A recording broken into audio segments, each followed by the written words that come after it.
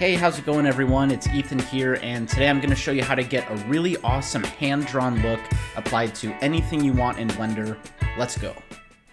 Okay, so here I am in Blender in a new project file. I will go ahead and delete the light and the cube, but I'm going to keep the camera. And then I will go File, Append to bring a model into my scene. I'm using a model of a bike that I found for free online. Now, if I render the scene as is, you can see how things are looking currently. Not looking so great, so I'll go to the Render Properties tab. By the way, I am working in EV right now. If I scroll down to where it says Freestyle and tick that box and render my image again, you will see we're now getting a completely different result.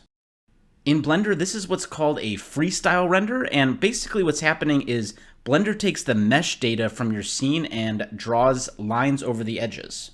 One thing that's really cool about freestyle renders is that you can take these freestyle lines and stylize them so they resemble lines that are drawn by hand. The way that I do this is by going to the View Layer Properties tab and scrolling down to where it says Freestyle. And you can see there's a ton of customization that you can do with freestyle renders, but I'm going to keep things simple today, and I'm going to show you how I get that hand-drawn look really easily. We'll scroll down to where it says Freestyle Thickness, which is referring to the thickness of the freestyle lines. And where it says Modifier, we will add a calligraphy modifier. And if I render again, you can see the modifier altered our lines in a way so that they now look way more illustrative and organic, not like something that's being traced by a computer program.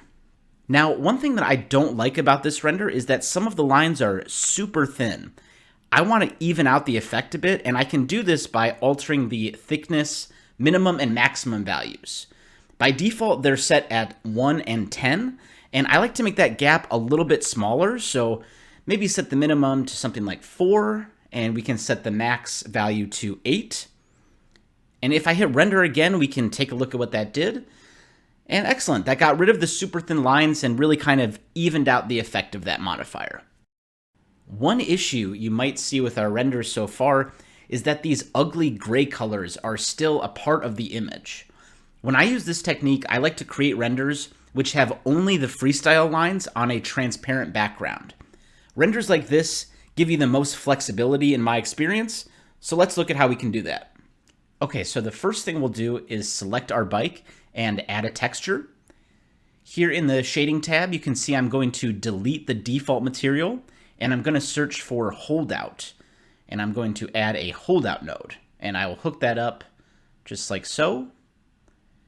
Now, if I go back to layout view and render, you can see what the holdout node does is it basically cuts a hole in our image.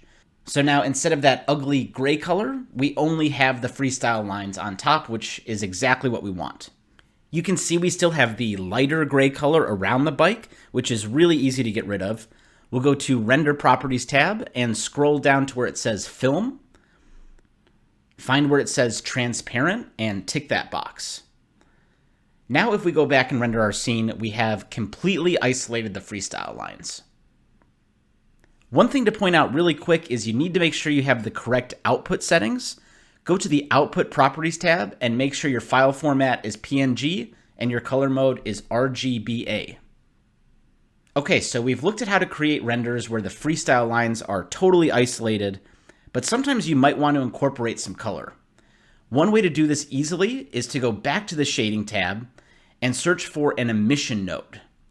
I will unhook the holdout node and hook up this emission node here. And maybe I'll set the color from something other than white, maybe a nice pink color here. And if we render the scene now, we can see the mesh underneath our freestyle outline is now being rendered as a block of color. This can be great if you want to create a hand-drawn looking illustration completely in Blender. Sometimes I'll render the freestyle outline and then render the emission colors separately. And that way I can combine them in Photoshop and I can offset the two renders and get this really cool illustrative effect. That's it for today. If you liked the video, please consider liking and subscribing. If you'd like access to project files, please check out my Patreon. Thanks so much. I'll see you in the next one.